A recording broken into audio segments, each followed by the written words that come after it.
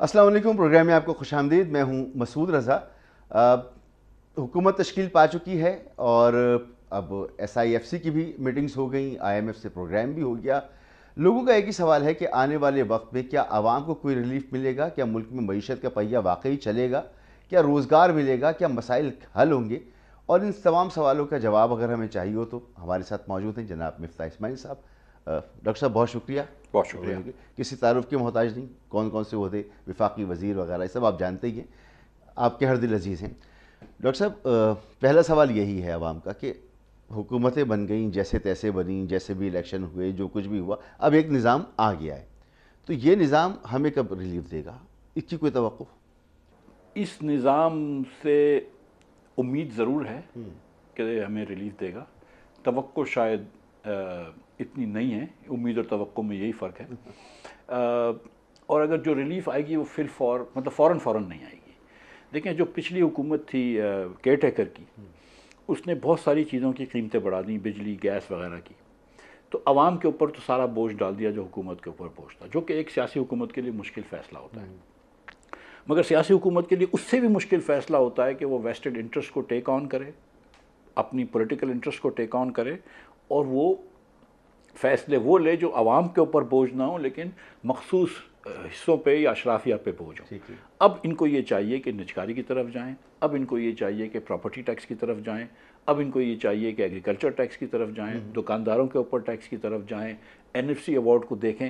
یہ فیصلے جو ہیں جس سے آپ اپنے سیاسی انٹرسٹ کو ٹیک آن کر رہے ہیں، یہ مشکل ہوگا، حکومت بھی اس پہ داؤ پہ لگ سکتی ہے، لیکن یہ کرنا ضروری ہے۔ اگر یہ فیصلے کر لیتے ہیں تو پھر پورے پاکستان کے عوام کو ریلیف ملے گا، اور اگر یہ فیصلے ایک مرتبہ پھر مؤخر کر دیتے ہیں تو بڑی توقع کیوں نہیں ہے آپ کو؟ دیکھیں، توقع اس لیے نہیں ہے کہ ماضی ہم جانتے ہیں کہ مشکل فیصلے کولیشن حکومتیں عموماً نہیں کر سکی ہیں، یا ایکچولی سچی بات یہ اس کہ دفعہ تو کیبنٹ جو ہے وہ بڑی ہی وائبرنٹ کیبنٹ ہے، اس میں اتحادی جو ہیں وہ جیسے محسن نقوی صاحب بھی اس کے اندر ہیں، اورنگزیب صاحب بھی اس کے اندر ہیں، اور آپ دیکھ رہے ہیں کہ بلوچستان میں ایک بہت زبردست سیٹ اپ ہے، اب وہاں سے بھی آپ کو پرابلم نہیں ہوگی، تو اس دفعہ تو نظام بڑا اچھا ہے۔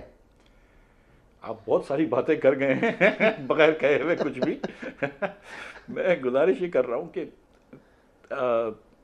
حکومتوں کو ہم نے دیکھا ہے کہ چاہے وہ مخلوط حکومتیں ہوں یا ایک پارٹی کی حکومت ہو، مشکل فیصلے وہ عوام کے اوپر ڈال دیتے ہیں پھر بھی، لیکن جب اپنے اوپر مشکل ہوتی ہے، یعنی کہ NFC ایوارڈ کو تبدیل کرنا آسان نہیں ہوگا۔ آپ کو ایک آئینی امینڈمنٹ بھی چاہیے، اور پورے پاکستان میں آپ کو کنسنسس چاہیے، جس میں KP کی حکومت بھی شامل ہوگی، سندھ کی حکومت بھی شامل ہوگی، تو یہ اتنا آسان شاید نہیں ہوگا۔ لیکن اب کیونکہ دنیا ہمیں قرض نہیں دے رہی، پہلے یہ ہوتا تھا کہ ہم بجلی مہنگی ہو گئی مثال کے طور پہ، عوام کے لیے بہت زیادہ مہنگی ہو گئی، تو آپ یہ کرتے تھے چلو یوں کرو، عوام کو 4 روپے سستی کر دو، حکومت 4 روپے دے دے گی، تو حکومت قرض لے کے دے دیتی تھی۔ اب کیونکہ آپ کو قرض نہیں مل رہا اور آپ پیسے چھاپتے ہیں تو مہنگائی بہت ہو گئی ہے، اور وہ بھی اجازت مشکل مل رہی ہے، تو اب آپ کو بجلی کی لاگت سستی کرنی پڑے گی۔ اس کا حل نجکاری ہے۔ نجکاری کرنے کے لیے پھر آپ کو ویسٹڈ انٹرسٹ کو ٹیک آن کرنا پڑے گا۔ تو کیا اس حکومت کو اس بات کا ادراک ہے، ان معاملات کی سنجیدگی کا پتہ ہے؟ ایک تو یہ ایم ناٹ شیور کہ ساری حکومت کو اس ایک پیج پہ ہے کہ نہیں ہے، اور جو اس پہ ایک پیج کے ساتھ ہوتے ہیں ان کے ساتھ کتنا ایک پیج پہ رہیں گے۔ نہیں تو اگر ترمیم کی آپ نے بات کی تو ترمیم کے لیے تو PTI کی ضرورت بھی ہوگی، تو سب سے پہلے تو آپ کو چاہیے ملک کے اندر ایک کنسنسس، جو اس وقت تو نہیں ہے۔ اس وقت نہیں ہے، لیکن دیکھیں، اسی لیے میں یہ سمجھتا توقع ہوں نہیں ہے، توقع تھوڑا سی کم ہے، اور اسی لیے امید لیکن بہرحال ہے، اسی لیے ہم سمجھتے ہیں کہ جو کنسنسس ہے وہ بھی پیدا کرنا پڑے گا۔ ایسا نہیں ہو سکتا کہ جس پارٹی نے 91 سیٹیں لی ہوں، سب سے زیادہ سیٹیں لی ہوں، کسی بھی ایک پارٹی سے زیادہ سیٹیں لی ہوں، اس پارٹی کو بھی آپ باہر رکھ دیں، اور اس پارٹی کے اوپر بھی یہ فرض ہے، کیونکہ عوام نے ان کے اوپر اعتماد کیا ہے اور ان کو ووٹ دیا ہے، کہ اس پارٹی کا بھی فرض ہے کہ اس ملک کو آگے بڑھانے پہ کچھ کام کرے۔ وہ اپنا کونے پہ جا کے چیزیں نہیں کر سکتے، وہ IMF کے باہر جا کے دھرنے نہیں دے سکتے، وہ یہ تو کیا نا، وہ جو کیا ہے، تو ان کو بھی اپنے رد عمل کو، یا ان کو بھی اپنے اپنے عمل کے اوپر نظر ثانی کرنی ہوگی، اور یہاں پہ بھی تھوڑی سی برف پگھلنی ہوگی، ورنہ اور پھر اس کے بعد یہ صرف PTI کا مسئلہ نہیں ہے، پیپلز پارٹی کی بھی کچھ چیزیں مختلف ہیں، ہمیں نہیں پتا کہ مسلم لیگ نون کیا سوچ رہی ہے۔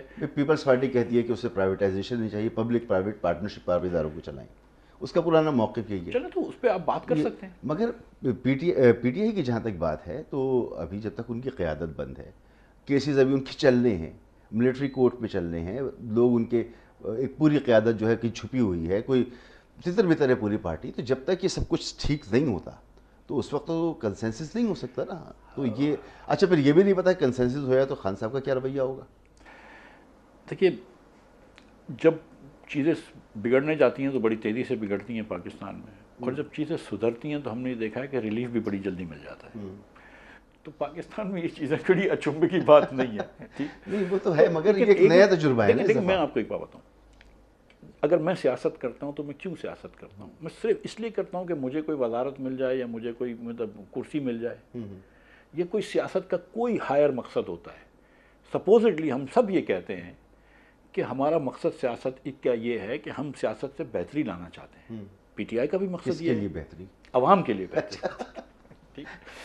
پی ٹی آئی کا بھی چند لوگ سوچتے ہوں گے, نہیں سب یہ کہتے ہیں نا, کہتے ہیں نا. ٹھیک ہے, تو پی ٹی آئی کا بھی مقصد یہی ہے, مسلم لیگ کا بھی مقصد یہی ہے, پیپلز پارٹی کا بھی مقصد یہ ہے, یہ سب کا تو یہ بڑی جو مین پارٹیاں ہیں ایم کیو ایم کا بھی مقصد یہی ہے. ٹھیک ہے, جب سب کا یہ مقصد ہے, پی ایل پی کا بھی یہی مقصد ہے.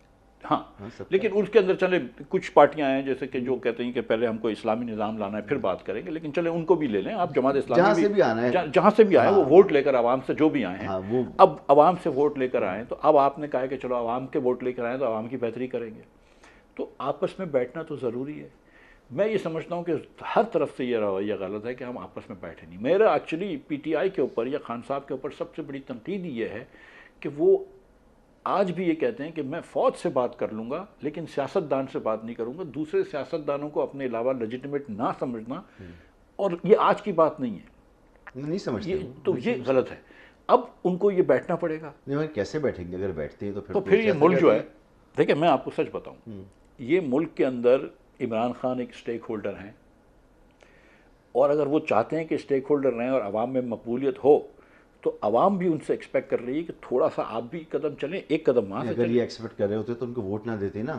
نہیں وہ تو اسی بیانیے پہ تو ان کو ووٹ پڑ گیا کہ وہ بیٹھے نہیں ان کے ساتھ, قید ہو گئے, ملک سے باہر نہیں گئے.